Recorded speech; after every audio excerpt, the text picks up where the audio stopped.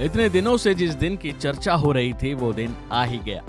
उत्तराखंड में uniform civil code यानी UCC पास हो गया और इसी के साथ उत्तराखंड यूसीसी लागू करने वाला देश का पहला राज्य बन गया है। प्रस्ताव पारित होने से पहले बिल पर बोलते हुए सीएम पुष्कर सिंह धामी ने कहा कि हमारे संविधान निर्माताओं ने जो सपना देखा था वह जमीन पर उतरकर हकीकत बनने जा रहा है। हम इतिहास रचने जा रहे हैं। देश के अन्य राज्यों को भी उसी दिशा में आगे बढ़ना चाहिए। सुनिए बिल पास होने पर सीएम धामी का बयान। लोगों के माध्यम से हुआ है। आज का ये दिन उत्तराखंड के लिए बहुत विशेष दिन है। आज देवभूमि के अंदर, देवभूमि की इस विधानसभा ने आज ये विशेष विधेयक, जिसकी लंबे समय से देश के अंदर लगातार लोगों को प्रतीक्षा थी, लगातार जिसकी मांग उठती रही थी, जो वर्षों वर्षों का इंतजार था, वो देवभूमि उत्तराखंड के अंदर इसकी शुरुआत हुई है और विधानसभा के अंदर आज इसको पारित किया गया है।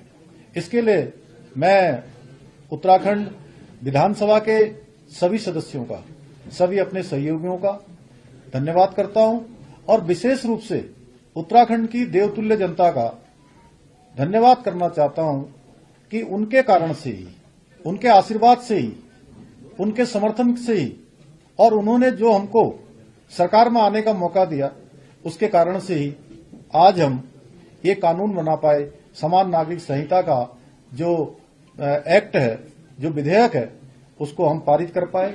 इसके साथ साथ मैं हमारे देश के यशस्वी प्रधानमंत्री आदरणीय नरेंद्र मोदी जी का भी धन्यवाद करना चाहता हूं कि उनकी प्रेरणा से, उनके मार्गदर्शन में हमको आज ये विधेयक राज्य की विधानसभा में पारित करने का अवसर मिला और उनके मार्गदर्शन में हमने काम किया। हमको उन्हीं से प्रेरणा।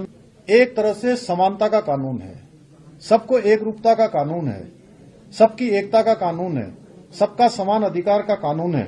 यह इसके बारे में अलग अलग लोग अलग अलग बातें कर रहे थे, लेकिन सारी बातें आज और कल जो 2 दिन विधानसभा के अंदर चर्चा हुई है, उस चर्चा में बहुत चीजें स्पष्ट हो गई हैं कि ये कानून हम किसी के खिलाफ नहीं लाए हैं, ये कानून किसी के विरुद्ध नहीं है, बल्कि ये उन माताओं, बहनों, बेटियों के लिए जिनके जीवन में कई बार कुरीतियों के कारण से, कई बार असमानताओं के कारण से उनको अनेक कष्टों का सामना करना पड़ता था, अनेक बार उनको यातनाओं का सामना करना पड़ता था। उन कुरीतियों के कारण से उनका आत्मबल कमजोर होता था।